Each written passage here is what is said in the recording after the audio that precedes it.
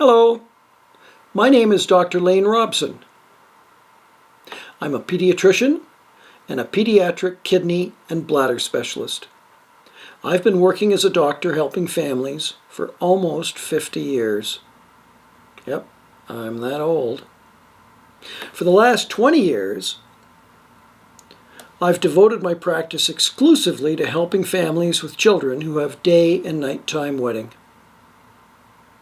When you focus on such a small area for a long time, you'll learn a thing or two. I hope these videos help families that have children with day and nighttime wetting. Thank you.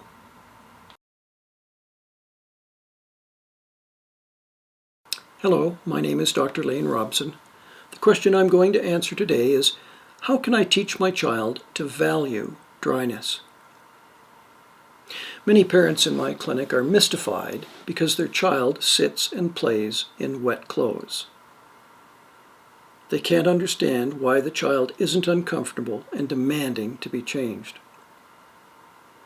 There are three considerations to explain why some children are content to play in wet clothes. The first is personality.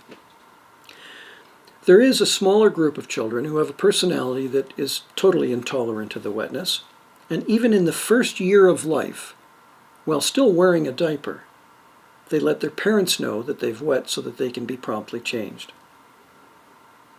This is a small group of children, less than 25% of the children that I see, perhaps even 10%. The other children will accept wetness.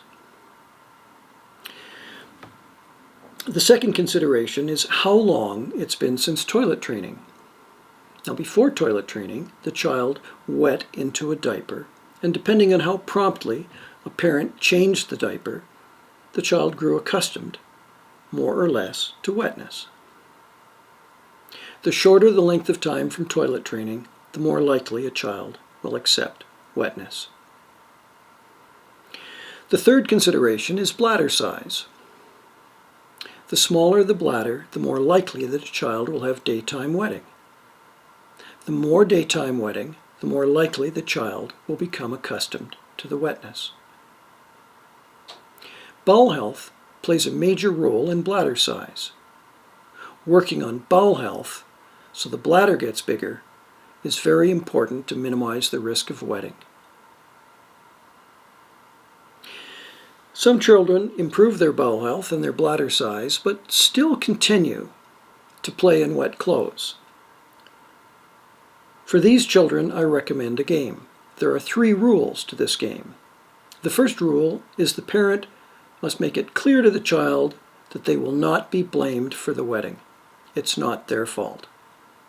The second rule is that the parents explain in simple language that the goal of the game is dry clothes. The third rule is that the parent offers a reward to the child every time the child comes to the parent and tells them that they've wet. The reward should be immediate and should be something that motivates the child. All the caregivers, the parents, grandparents, and care workers, should be consistent playing this game.